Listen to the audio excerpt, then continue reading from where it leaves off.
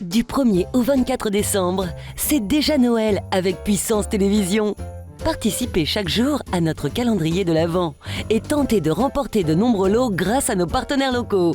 Modalité et inscription sur puissancetélévision.fr, onglet PTV et vous. Bonne chance et joyeuses fêtes!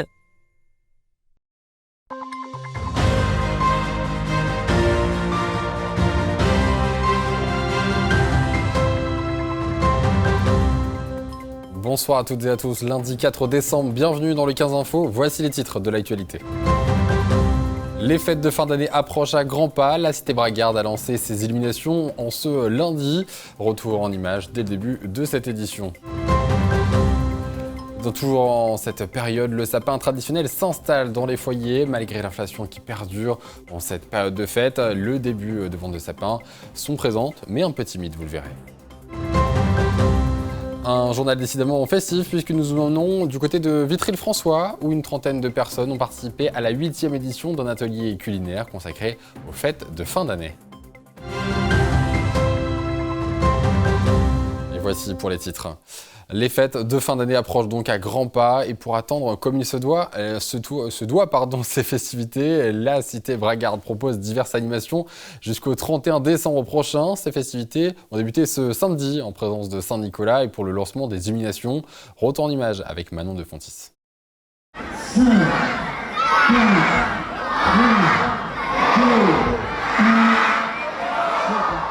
Saint-Dizier scintille aux couleurs de Noël. Comme le veut la tradition, Saint-Nicolas est venu lancer les festivités de fin d'année dans la Cité Bragarde en compagnie de son acolyte, le Père Fouettard. Nous sommes de retour comme tous les ans et comme tous les ans, nous participons au lancement des illuminations de la ville. Cette année, c'est très bien passé, le public était au rendez-vous et les enfants surtout, oui. Les enfants étaient effectivement au rendez-vous, tous impatients de rencontrer le saint patron des enfants. C'était super, j'étais très contente. Ça se passe qu'il y a plein de monde et qu'il faut gérer les flux pour que tout le monde puisse faire sa photo, car c'est le plus attendu de faire la photo avec le Saint-Nicolas. Rencontre avec Saint-Nicolas, ouverture du village de Noël ou encore projection d'un show laser sur la place du centre-ville, diverses animations ont donné le coup d'envoi des festivités de Noël. Lancement d'un mois d'animation à Saint-Dizier avec des animations tous les samedis, tous les dimanches et parfois en semaine pour nos seniors. On a pensé aussi à eux cette année, ils auront des spectacles au théâtre sur inscription. Spectacles, ateliers de sculpture sur glace ou encore rencontres avec le Père Noël, de nombreuses activités vont se succéder à Saint-Dizier jusqu'au 31 décembre prochain, de quoi apporter la magie de Noël en plein cœur de la Cité Bragarde. À l'approche de la Saint-Nicolas et de Noël, le sapin traditionnel s'installe dans les foyers. L'inflation perdure en cette période de fête. Le début des fêtes, des ventes de sapins sont donc timides en ce moment, en cette saison, mais reste néanmoins une tradition qui dure. Les clients font plus attention à leur porte-monnaie. L'exemple chez un vendeur à Saint-Dizier, ainsi que dans un magasin de jardinage avec Agathe Poulet. Depuis plus de 40 ans, Francis figure parmi les pionniers dans la vente des sapins de Noël sur Saint-Dizier. Depuis mercredi dernier, il propose divers sapins fraîchement coupés et provenant des Ardennes. Bien que la saison ait démarré plus tôt que d'habitude, il constate un démarrage assez timide et une incertitude sur le nombre de ventes face à l'inflation. Oh ben nous on en vend 150. Après voilà, c'est ça, on ne sait pas exactement ce qu'on va vendre. On ne sait pas. Si on le savait, ça serait réellement bien. On a vendu un petit peu, il ne faut pas trop se plaindre, on attend la semaine-là. Voilà, pour voir vraiment ce qui va se passer. Nous, tant qu'on n'a pas fait toute cette semaine-là, jusqu'à samedi, on ne peut pas savoir. Parce qu'il y a eu des années, on a eu plein de monde les samedis, et des années, on vend un petit peu tous les jours. Là, les gens regardent un peu le prix, alors donc on est obligé de baisser un petit peu, ça dépend. Voilà, ça dépend de ce que c'est comme sapin. Un peu plus loin, dans ce magasin de jardinage, les sapins venus tout droit d'Alsace sont exposés en vente depuis déjà 2 semaines. Le premier week-end du mois de décembre a lancé les ventes avec un début de chiffres similaires aux années précédentes.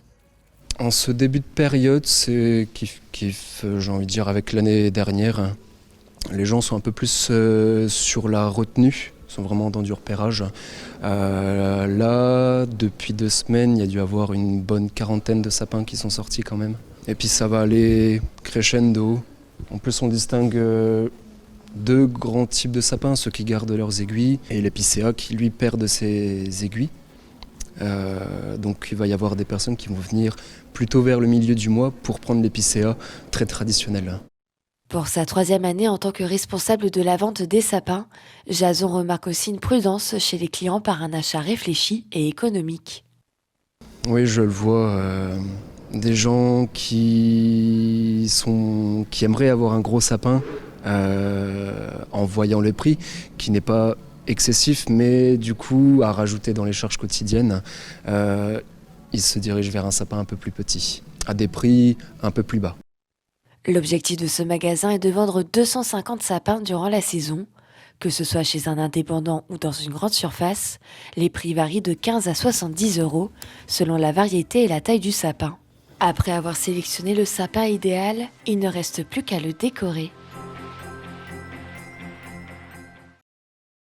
Il est l'heure à présent d'ouvrir notre 4e case du calendrier de l'Avent. Nous emmenons du côté de Vitry-le-François où une trentaine de personnes ont pu participer à un atelier culinaire. Le but, mélanger œnologie et gastronomie pour apprendre aux participants à accorder mets et vins.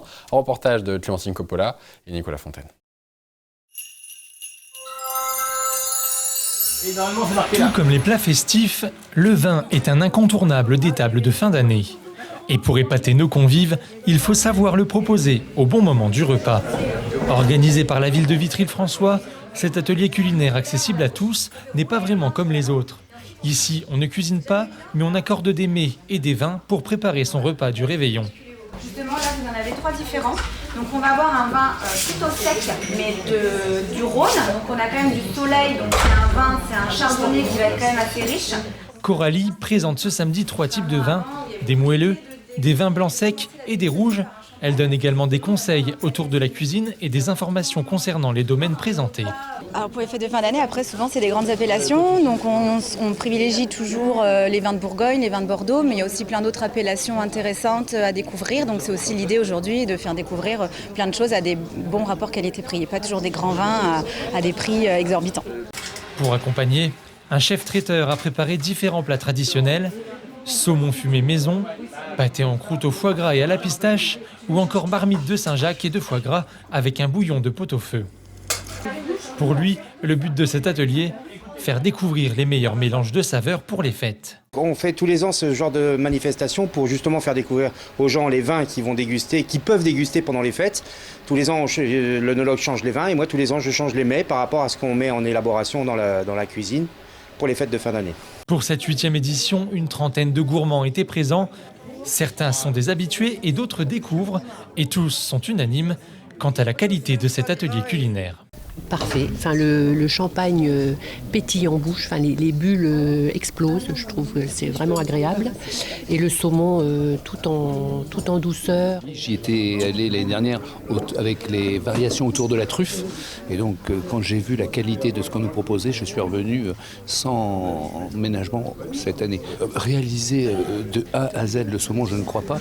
Mais aller en acquérir chez Laurent Blondeau, oui peut-être. Après 2 heures de dégustation, les convives ont pu repartir avec de nombreuses idées culinaires, de quoi épater leurs invités pour leur prochain repas de fête.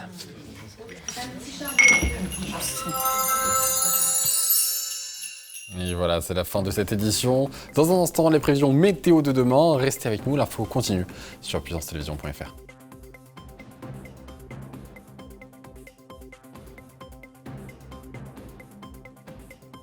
Toute l'actualité en continu à retrouver sur notre site internet et notre application mobile. Retrouvez-nous sur le canal 373 de la TV d'Orange et sur le canal 953 des offres Freebox.